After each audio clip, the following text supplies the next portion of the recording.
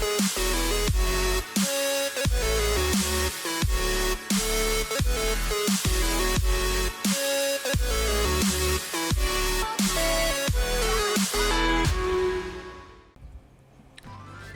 everybody, this is Okami-san here, and today we're back with part 24 of The Legend of Zelda Ocarina of Time.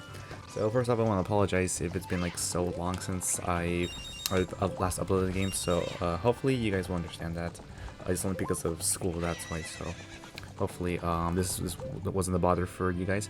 So for today's video is actually going to be mostly just, today is actually going to be the part 24 of continuing off from the last Let's Play. So from part 23, we were like getting towards like we actually we were like Lake Hylia, and we were getting at one of the last final items of the side quest to get the biggoron sword. Of course, as you already recalled, biggoron actually requested us to actually get some eye drops for him so that he can be able to cure his eyes and be able to help us forge the biggoron sword. Now, as you can see, I decided to go ahead and go from Lake Hylia all the way back here from to Death Mountain, because the thing is that if you teleport, time will automatically run out, so there's no point. Now, as you can see, I'm actually going to go ahead and start climbing up to the same area where we came as a child. So if you try to use a hook shot like I did here, it's not going to work. So you just want to go ahead and just make sure you have your bow out so that you'll be able to take out the Skulltulas. Otherwise not, then those Skulltulas will actually knock you down and cost you the time. Now, if you already have, you want to go ahead and head near Biggoron and give him the teardrops, and he'll actually go ahead and take the teardrops, and he'll just go ahead and give him, and he'll just go ahead and just cure his own eyes.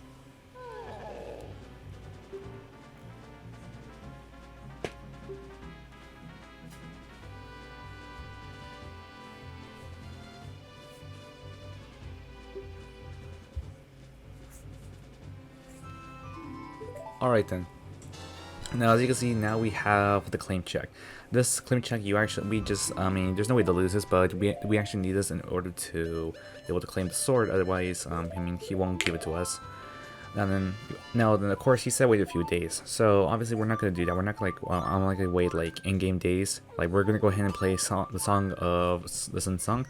So you want to play, I believe, probably like around. Yeah, we want to play about like song 5 or 7 times if I'm correct. I believe so. Yeah. So as you can see, like I'm just continuing like playing it, and I believe like 7 days. Yeah, from the looks of it, yeah, 7 days is the amount of days you have to wait. And once you do, you're gonna go ahead and give the claim check to it, and he will automatically give you the biggoron sword. And there we go. We actually have it. It is the final sword that we can get in Legends in Ocarina of Time. So, for those of you that didn't know, this is actually the real biggoron sword. So, as compared to the giant's knife, they look the same appearance, but it's actually very different. So, of course, I'm going to go ahead and equip it, and I'm actually going to show you guys that it's not going to break. So, I'm going to go ahead, so you can see, by swinging it, it does not break. So, I'm going to go ahead and show you one more time, like how many more times that this takes, and honestly, it's not break at all. So the good thing about it is that this sword does not break at all, so we can keep it permanently. So compared to the giant's knife will actually break at between 10 to 15 hits, while the biggoron sword actually will not break at all. So this is a permanent sword that we can keep. Of course, this actually does twice the damage as that of the Master Sword. So if you want to use the Master Sword, which you obviously use your shield, and that's the way to go. But if you want to use a biggoron sword, you won't be able to use your shield. So that's just a little reminder. Now that we've already completed the side quest, I'm just, as I'm showing you, like I'm testing out, showing you proof that the sword does not break at all.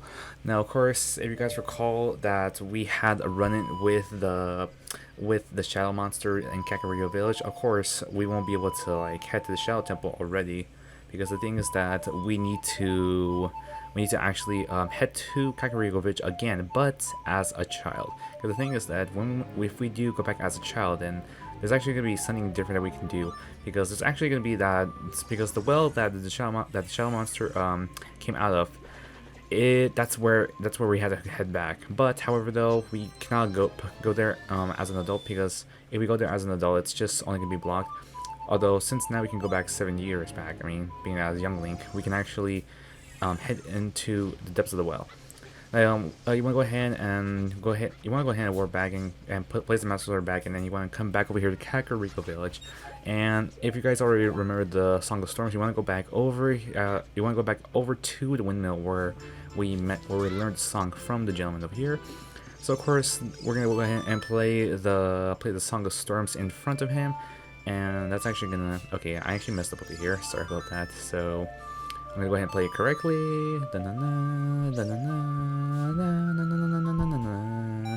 So as I already know, the windmill will actually start spinning really fast. But the thing is that compared to when we learned it over there at in the adult year as Adult Link, we only just learned it. But the cool thing about what the windmill does here, and as Young Link, we actually the water actually drains in there. So there's actually water in there if you didn't realize it. But yeah, the water will slowly drain thanks to the windmill's help by playing the Song of Storms.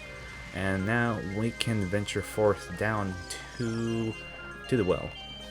Okay, now as you can see, of course, everything around here is spinning fast.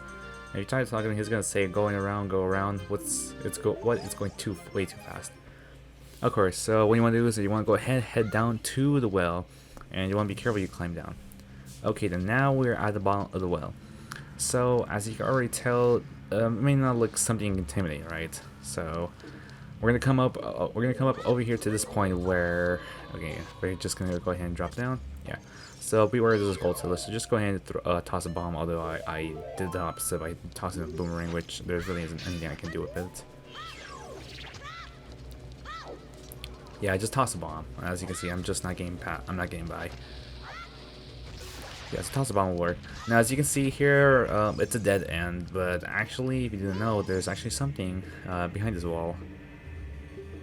Look for the Eye of Truth. So technically, there's a special item known as the Lens of Truth. Now, as you can see, if you go past the wall, we're actually going to pass through, and you're going to be thinking, well, did we glitch through?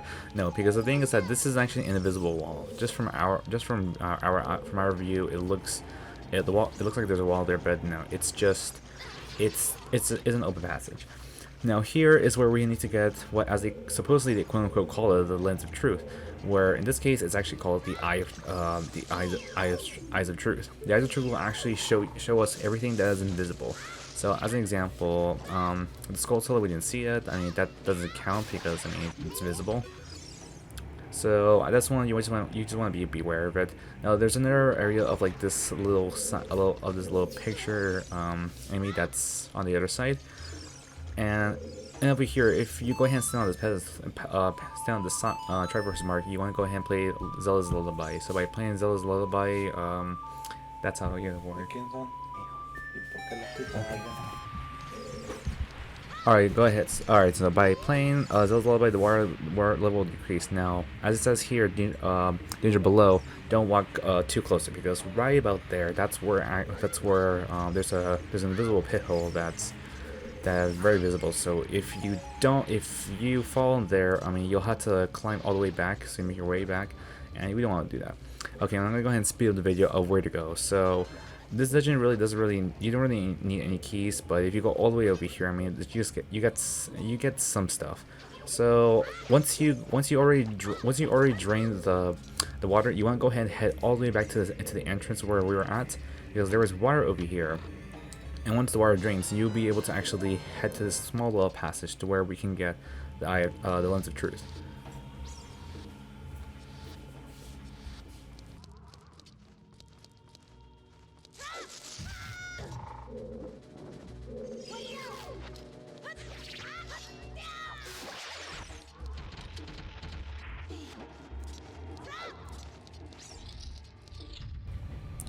Alright then, so we're gonna actually come into this room where there's actually 4 hands. Now, if you get close to one of them, we'll actually summon this boss. So this mini boss actually isn't too difficult. So this is known as Dead Hand. So you want to wait for it to actually lower its head. Once it lowers its head, as you can see, I'm being too impatient. You want to go ahead and slash away your sword. Now, to make it reappear, you want to go ahead and let one of its hands grab you. Otherwise, if not, then it won't reappear. And as you can see, it reappears because we're getting caught by it. We're getting caught by its grip. So, but just it's simple. You just want to like slash away and repeat the same thing. So beware when you get too close, otherwise the debris will hurt you. So this boss fight isn't too difficult, but it is by far, I mean, I believe it's considered to be one of the scariest boss fights, but I mean, I don't see this being scary unless that's just me, because I mean, possibly maybe like people were scared of this thing a while back.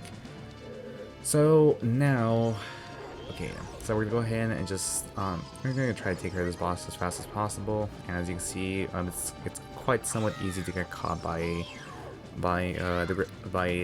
its hands. Otherwise, it's the fight's pretty much simple and straightforward. But other than that, though, it's like it's not too difficult.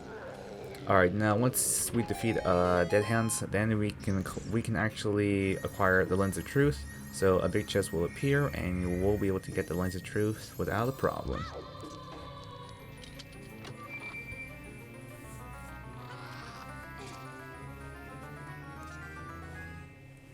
So we found the Lens of Truth. Though this lens is actually an important magnifying glass, because the thing is that with this we'll be able to see anything that's invisible. So anything such as like the entrance wall that we saw where we went through it and we were inside the well, that's how we do it. Okay, so I'm gonna go ahead and just cut the video from there. So now we're back at the Temple of Time, because I didn't want to like make that too much time consuming. But I'll actually show you like the Lens of Truth like into the Shadow Temple. So we're gonna go ahead and just head back and get the Master Sword, and we'll head back as Adult Link.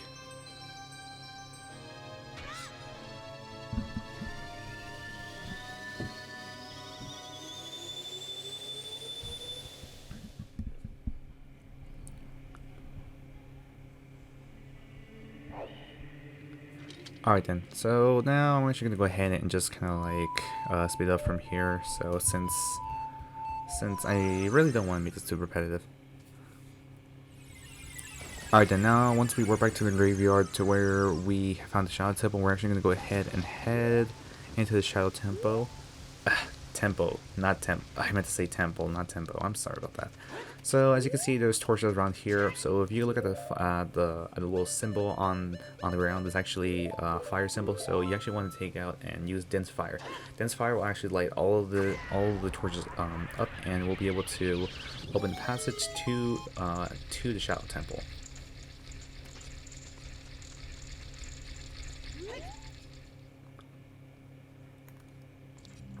Okay, so we're inside the Shadow Temple, so you want to be careful because there's like a large gap over here. You won't be able to jump over it, so luckily we have the long shell. So by using the long shell, we can actually grapple ourselves over to the other side with ease. Okay, now it says here is that we have to be careful. Now I'm gonna stop it for here for now. So I hope you guys enjoy the video. So please do like and subscribe, and I will see you guys in part 25 of the latest Zelda Ocarina of Time, as we will tackle on the Shadow Temple. Take care, guys.